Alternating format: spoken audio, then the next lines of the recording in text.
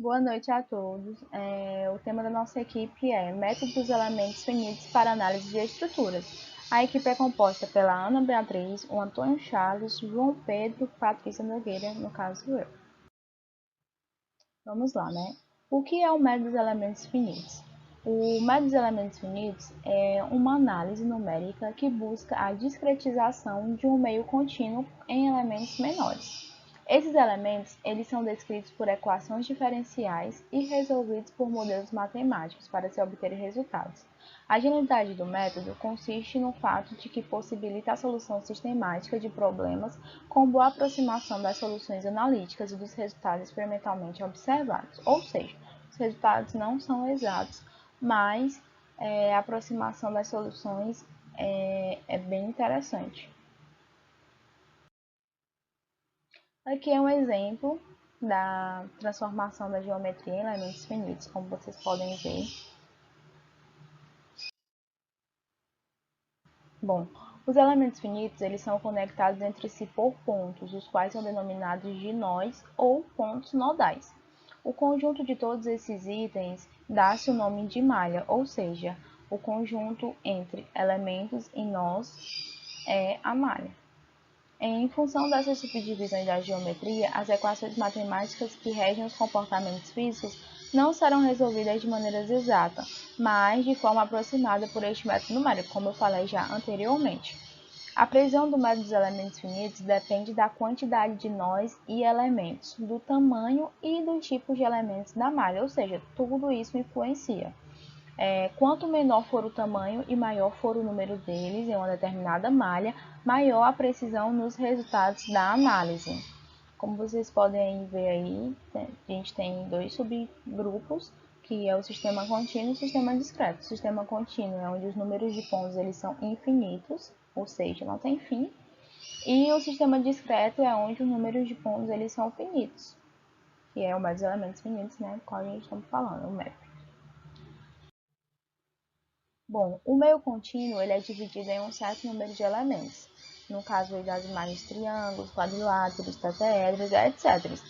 Como vocês podem ver, embaixo da imagem tem uma descriçãozinha. Nessa primeira, os elementos contínuos de baixo grau de liberdade e na segunda são os elementos contínuos de alto grau de liberdade. O equilíbrio da estrutura ele é obtido em função dos deslocamentos nodais, ou seja, o grau de liberdade. Os deslocamentos internos destes elementos são descritos pelo deslocamento dos nós por meio de funções de interpolação, geralmente polinomiais. A partir dessas funções, obtém-se expressões para energia que devem ser minimizadas, a fim de obter um conjunto de equações algébricas. As soluções das equações descrevem os deslocamentos nos nós. Ao se determinar os deslocamentos em cada nó, consegue-se determinar os deslocamentos e as tensões em todo o contínuo. Como vocês podem ver aí, tem vários tipos de grau de liberdade por nó. Nessa primeira é um elemento finito, unidimensional com 1 grau de liberdade por nó. Na segunda, elemento finito com 2 graus de liberdade por nó. A terceira, elemento finito com 3 graus de liberdade por nó. A quarta, elemento finito plano com 2 graus de liberdade por nó. E a quinta, elemento finito tridimensional com 3 graus de liberdade por nó. Mas tem vários outros exemplos, esses qual foram os principais. Agora eu vou passar para a Bia, que ela vai falar um pouco sobre o histórico. Bom, vamos lá, eu vou falar sobre o histórico dos métodos dos elementos finitos. E a história do método ele começou desde a Grécia Antiga e da Mesopotâmia Antiga, com os egípcios. Bom, nesse período a matemática já era avançada e eles já possuíam métodos e recursos para calcular o perímetro e a área de algumas formas geométricas, certo? Porém, não a do círculo, porque os círculos eles não possuem lados e assim não era possível de serem calculados. Mas eles observaram que, apesar de não conseguir calcular o perímetro do círculo, eles podiam descobrir este valor utilizando uma corda. A corda era esticada, era inserida, quer dizer, sobre o círculo, e depois de esticá-la, era só medir o comprimento. Os matemáticos eles tiveram a ideia de inserir várias formas geométricas e comparar dentro do círculo e comparar com o perímetro da corda gerada pela circunferência. E ao comparar os valores, eles notaram que apesar do perímetro do quadrado ser menor, os valores estavam próximos. E dessa forma, foi possível ter uma boa aproximação do valor do perímetro do círculo real. Não sei se ficou. Bom, continuando a linha do tempo, a gente tem um matemático suíço, Walter Ritz, que em 1909 foi o primeiro a utilizar o método dos elementos finitos. Mas nessa época ainda não era denominado, não tinha esse nome, certo? Ele utilizou esse método basicamente no estudo de soluções de mecânicas dos sólidos. E anos mais tarde foi a vez de Richard ampliar o trabalho iniciado por Walter, e ele foi o primeiro a utilizar a denominação de método dos elementos finitos. O método ele se originou na necessidade de resolver problemas complexos de elasticidade e análise estrutural em engenharia civil e aeroespacial, e foi entre 1960 e 1970 que teve seu grande ímpeto na história, com o professor Ray William, que lecionava engenharia estrutural na Universidade dos Estados Unidos, juntamente com seus amigos, colegas de trabalho e pesquisadores da Boeing. Ele revolucionou o uso do método dos elementos finitos, saindo do campo de pesquisa e dando ampliação na prática ao método, certo? Anos mais tarde, a NASA ela desenvolveu um software popularmente conhecido hoje como MS Nastran. Vou passar aqui esse software. A NASA desenvolveu juntamente com uma empresa que na época era chamado de, o software era chamado de GPSA, e hoje foi rebatizado de MS Nastran. Eu nem sei se fala assim, mas é assim. Bom, algumas vantagens do método dos elementos finitos. Não há restrição quanto à geometria do problema. O material ele pode variar de elemento para elemento.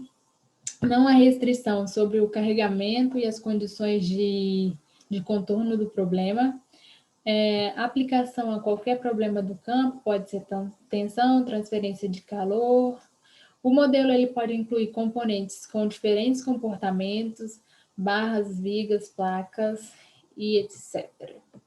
Olhando aí nessa tabela, a gente tem os problemas de engenharia que podem ser resolvidos pelo método dos elementos finitos, né? Como estrutural, térmico, elétrico, magnético, enfim, entre outros. E aqui a gente tem a formulação que podemos observar aí, essa equaçãozinha de força igual a rigidez vezes o deslocamento. E para problemas estruturais estáticos, o método dos elementos finitos ele resulta em um sistema de equações que pode ser expressa na fórmula aí, abaixo, matriz de rigidez vezes vetor do deslocamento igual a força, vetor das forças. E o tamanho da matriz ela é dado pelo produto dos números de nós, pelo número de graus de liberdade por nó. É isso. Bom, falando sobre a formulação, você pode fazer analogia de molas. Então, se a gente tem a mola, a gente tem uma força que é igual a rigidez vezes o deslocamento. Então, a força e o deslocamento tem um comportamento linear que depende dessa rigidez. Ou seja, quanto mais rígido for o meu corpo, a mola, mais força eu vou necessitar para ter um determinado deslocamento. A formulação básica dos elementos finitos é KUF, onde K é a matriz de rigidez, F é o vetor dos deslocamentos e F é o vetor das forças. Então, se a gente tiver um elemento pórtico plano dentro na formação dos elementos finitos, você vai ter basicamente 2 deslocamentos e uma rotação. E aqui então, um deslocamento nesse sentido, outro deslocamento nesse sentido e uma rotação, assim como nesse outro, rotação, deslocamento, deslocamento, certo? Aí, esses que eu acabei de falar são chamados graus de liberdade, e são eles que vão decidir o nosso vetor de deslocamento. Aqui, a gente pode ver a cara da matriz de rigidez, e ela depende de certos fatores, como o modo de elasticidade, a área do elemento, o comprimento, a inércia do elemento. E então, no final das contas, o que você tem é um sistema de equações lineares, e resolvendo esse sistema você tem os valores dos deslocamentos e das forças internas e externas e o que mais você desejar. E aqui só uma curiosidade, o tamanho da matriz quadrada, ela é dada pelo produto do número de nós pelos graus de liberdade. Ou seja, aqui eu tenho 3 graus de liberdade e um nó. Então, eu tenho 2 nós, 3 graus de liberdade, 2 vezes 3, 6. Então, eu vou ter uma matriz 6 por 6. Certo? Como a gente pode ver aqui. E, além disso, a gente vai ter aqui ainda o vetor U, vai ser o deslocamento que a gente vai encontrar. Assim a gente conseguir encontrar a força que a gente deseja, certo? Aqui pro próximo. Então, falando de estrutura, as lajes são discretizadas em elementos de superfície. Aqui, discretizar elementos de superfície, as lajes. Os pilares e as vigas são elementos de barra, porque sua seção transversal ela é muito menor do que o comprimento do elemento, certo? Por isso que ela é representada em barras assim. Aqui a gente tem a estrutura totalmente discretizada, ou seja, a estrutura totalmente transformada em elementos finitos. Vai ter essa cara aqui. Então, você vai ter os pilares, como os elementos de barra, aqui as vigas ao redor da placa, que é a laje, e aqui a laje dividida em elementos finitos, certo? Aqui a gente tem um assuntozinho para a gente falar, que é a convergência. Por exemplo, aqui vocês podem ver que eu dividi essa viga de 6 metros em 3 pedaços. Cada pedaço desse equivale a 2 metros. Então, o sistema vai lá, faz o cálculo, e nesse cálculo ele encontra que a deformação máxima, o deslocamento máximo vai ser nesse ponto aqui e vai ser igual a 3,94 toneladas-força. O que apresenta o erro de 12,5, que a gente sabe que o momento previsto vai ser o famoso P quadrado sobre 8, né? Que a gente já sabe. Vai ser 4,5. E aí, como é que eu faço para chegar mais perto desse resultado? É aí que entra aquela parte do que a gente aumenta o número de nós, o número de elementos. Antes eu tinha separado a estrutura em 3, agora eu separei a estrutura em 6 pedaços. Cada pedaço desse contém 1 metro, e aí eu vou conseguir uma discretização maior. Como é esse caso aqui que vocês podem ver. Aí, nesse caso aqui, recalculando para o sistema, eu já consigo o valor de 4,5 por momento. Agora eu vou falar alguns exemplos de aplicação dos métodos elementos finitos. Nesse caso aqui, nessa primeira imagem, é uma estrutura de um prédio com 3 pavimentos tipos e um térreo. Neste caso, está sendo utilizados elementos finitos nos pilares. E nesse tipo de viga aqui, nem é uma viga, no caso é uma treliça. Está sendo utilizado também os métodos finitos, os elementos finitos. E também, como podemos ver nessa situação aqui, na cobertura. Nesse outro exemplo aqui, nesse caso aqui é uma estrutura metálica. Nesse outro exemplo aqui já é uma estrutura de concreto, que está sendo utilizado na laje, nesse caso, os métodos elementos finitos. Passando aqui, já nesse prédio aqui, um prédio bem maior do que aquele outro, com bem mais pavimentos, está sendo utilizado os métodos também de elementos finitos. Outro caso de aplicação, como visto na primeira imagem, é utilizado nas treliças. Neste caso de treliça, é muito utilizado nas pontes, que normalmente as pontes são feitas de estrutura treliçada, e é onde é muito utilizado.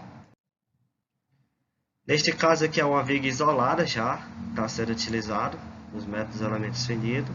É feito, colocado as cargas e tudo, material da viga, e assim o programa desenvolverá as tensões, deformações e tudo. Neste outro caso aqui, vai ser utilizado, né, nas passagens dessas tubulações, onde há os buracos nas vigas. Neste caso vai ser usado neste ponto. Como mostra melhor aqui, já feito o processo, como se comporta bem diferente quando existem furos nas vigas. Então vem a ser um campo muito aplicado isso. Em outros casos fora das estruturas, que foi mais pedidos, que é de acordo com a disciplina, mas eu vou falar por curiosidade. Outros exemplos é utilizado no contato de pneus contra a superfície, para ver esse tipo de deformação.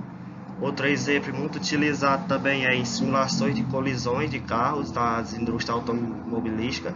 Antes as indústrias faziam os carros físicos, aí testavam, mas assim perdiam muito material. Aí agora utilizam o método elementos finitos, causa as colisões e assim dá os resultados. Por curiosidade também, os elementos finitos foi onde foi primeiro utilizado, foi na indústria de navegação e aviação. Por conta da aviação ser questão do risco, poderia fazer um avião, aí testar e ele caísse. Aí no caso, os elementos finitos foi onde bastante começou. No mesmo caso do navio, foi onde faz as primeiras utilizações. Um outro canto também para ser utilizado em questão das estruturas é nas paredes de concreto, que hoje em dia está sendo um método muito utilizado nas construções. A parede de concreto, por ser um processo rápido, é utilizado o método de elementos finitos também. E